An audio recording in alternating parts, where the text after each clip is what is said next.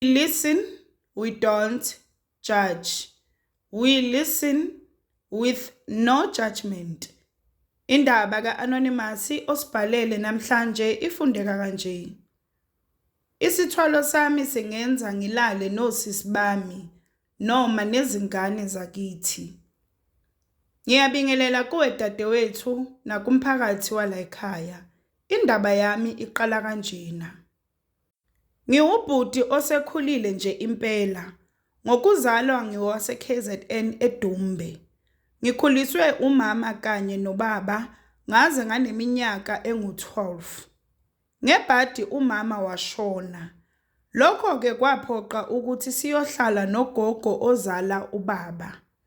Mina kanye nezingane zakithi zamantombazane bekuyimina owokuqala.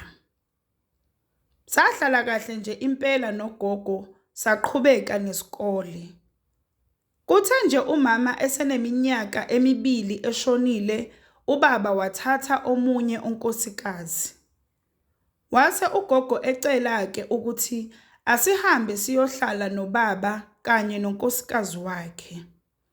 Ngoba yena wayesekhulile kakhulu ukuthi angabheka izingane. Okunye ke ngicabanga ukuthi wabona ukuthi nami sengiyahlupha ngoba sengibanjwe i-adolescent stage.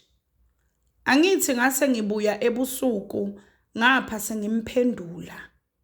Noma ke ugogo angakushongo lokho, kodwa yinto nami engiyibona manje ngoba sengikhulile. Akubanga kuhle neze ukukhuliswa i-stepmother. Wayezama ngayo yonke indlela ukusixabanisa nobaba. Angithi wayehlezi ekhononda ngathi ukuthi siyahlupha asifuni kwenza lutho. Kwaze kwafika ekutheni sishaywe cishe wonke amalanga ngoba belingapheli iviki singashayiwanga.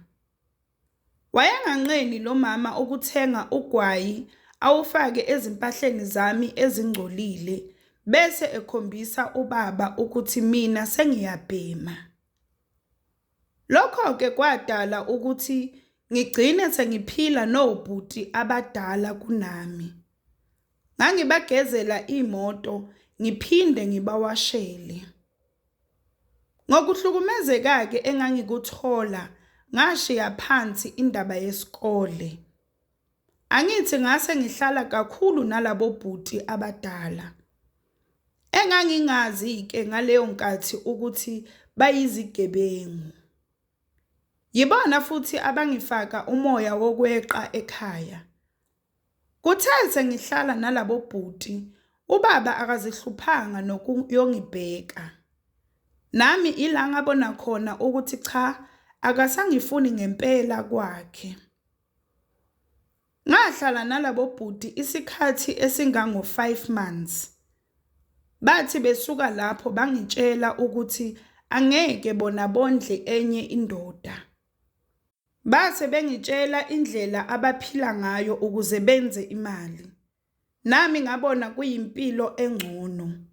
Futhi ngangizitshela ukuthi ngizophandela ukuthi ngithenge umuzi bese ngilanda izingane zakithi ngizohlala nazo. Into abebayenza ke labo bhuti, babengena emajardini wabelungu, bafike batshontshe kwasani ethathekayo. Baphinde batshontshe nezimoto. Ngayiphila ke leyo mpilo isikhathi esingangonyaka. Kanti kuyothi ngolunye usuku singene komunye umuzi womlungu. Kwakunamakhamera ngebhadi ayecashile. Sahamba kahle impela, sabuya sahlukaniselana kahle, impilo yaqhubeka. Kuthe nje emva kwamaviki amabili ngangiye edolobheni. Ngathi nje uma ngibuya ngisabuqamama nalasa sihlala khona. Ngabona kugcwele amaveni wamaphoyisa. Ila engabona khona ukuthi ibhemile. Angifunanga nokwazi-ke ukuthi bazokwenzani. Ngavele ngathatha itekisi elibuyela khona edolobheni. Ngase ngiya eGoli. Ngafike ngazama-ke ukuzifihla khona, ngafika ngingazi muntu khona eGoli. Ngaqala ngahlala ema-guest house, ngibe ngisabheka indawo yokuhlala. Ngenhlanhla-ke akuphelanga izinsuku ezingakanani ngayithola indawo. Ngenhlanhla-ke le ndawo engayithola yayithengiswa futhi ithengiswa ngamanani aphansi. Ngoba lo mama owayeyithengisa bekathi uyahamba eGoli ubuyela emakhaya. Ngoba ngangiphethe imali ngavele ngayithenga-ke le ndawo, ngase ngiyibhalisa ngosisi wami lo omncane. Kwathi-ke enye ingxenye yemali enganginayo ngayigubhela khona lapho kuleyo ndawo. Ngase ngifuna abaqhashi. Ngokubona-ke ukuthi vele ngiyafuneka ngoba phela saphuma nakumabonakude noma sasingaveli kahle kumakhamera, kodwa uma usibukisisa kahle ubuzobona ukuthi yimi. Ngathatha-ke isinqumo sokuthi ngibuyele emumva ekhaya. Ngabatshela-ke abaqhashi ukuthi imali bayifake kuphi. Ngafika ekhaya ngaya kosisi bami ngabatshela lonke iqiniso, ngase ngizinikela emaphoyiseni. Kwakubuhlungu kona futhi kwakunzima, kodwa ngangizitshelile ukuthi angeke ngikwazi ukuphila ngokubaleka. Ngafika-ke ngazinikela, ngashaywa-ke kufuneka imali. Ngayiphika nje ukuthi angiyazi mina. Ngoba vele kwakuyimina omncane bangikholwa, kodwa ngagwetshwa iminyaka engango-8 years. Uma ngingaphakathi kwaba nzima kakhulu bandla, nokuhlukumezeka kwakukhona nakho. Ngasithatha lapho-ke isinqumo sokuthi uma ngiphuma la ngiyothwala.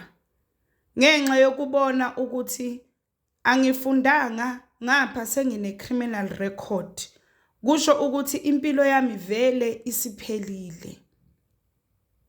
Ngaphuma-ke ejele, izingane zakithi vele zazisahlala ekhaya. Ngenhlanhla imali yami engayigubhela ngayithola. Ngahamba-ke ngayogeza isinyama sejele kwenye yenyanga engangiyalelwe khona ngaphakathi ejele. Ngase ngisho-ke ukuthi ngifuna ukuthwala. Ngenhlanhla lo baba wayekwenza konke. Wangigeza-ke sasesiqala umsebenzi lo wesithwalo. Mina ngakhetha lo wokuthwala ngethuna ongalazi ngoba kwakungekho ozoshona emndenini. Futhi nami ngangifuna ubaba esibone siphila kahle. Sahamba-ke saya emathuneni sabheka ithuna elingasanakwa. Wase emthwebula lowo muntu. Kwahlatshwa inkukhu emnyama wahlanganiswa nemithi yakhona. Wase esenginika isigubhu wathi lo muntu uzohlala lana. Wabese-ke esengiyala ukuthi njalo ngelanga ngithele umchamo wami wasekuseni. Wathi imali yokuqala engizoyithola ngivule ibhizinisi elizongifakela imali. Ngenza-ke njengokusho kwakhe lo baba. Vele kwathi emva kwamaviki nje ambalwa ngangenelwa imali eningi ebhenki engangingayazi-ke ukuthi ibuyaphi. Ngayithatha-ke leyo mali ngathenga ezinye izindawo ngaphansi kwawo futhi amagama osisi. Ngakha amagumbi okuqashisa, ngaqala kanjalo-ke ukundlondlobala. Ngalanda izingane zakithi zazohlala nami, kanti ilapho-ke la kuzoqala khona inkinga. Bese kuthi njalo uma ngivuka, ngiphaphame ngilele eduze kodadewethu. Ngapha induku yami ibuhlungu, ngikhathele. Ngenhlanhla nje ngoba bona osisi basuke balele obude ubuthongo. Ilapho-ke la ngabona khona ukuthi Lento yenza ngilale nezingane zakithi. Ngathi uma ngimbuza lo baba wathi iwona umhlatshelo lowo ofunwa yilo muntu. Kuhambe kwahamba ke munye wodadewethu wakhulelwa. Naye wamangala ukuthi ukhulelwe kanjani. Ngamduduza ke mina ngoba ngiyalazi iqiniso. Ngamuthembisa ukuthi ingane ngizoyondla. Isivelile ke ingane yomfana efana nami nse futhi ikhubazekile. Ngangizitshele ukuthi ngizoijikisa lento mase ngiqede ukufundisa izingane zasekhaya. Ngebhadi ke lo baba wavele washona. Uma ngiya ebantwini ke bathi angeke bakhone ukungisiza. Ubaba ke lo sizalayo yena usebuyile ezimpilweni zethu futhi wahlukana nalo mama. Ngiyacela bandla kongangisiza avele bese ngindlulisa isifundo sokuthi asikho isithwalo esingenazingqinamba zakhona. Kofisa ukuthwala akangalokothi ngoba imihlatshelo yakhona ayiyinhle neze. We listen, we don't judge.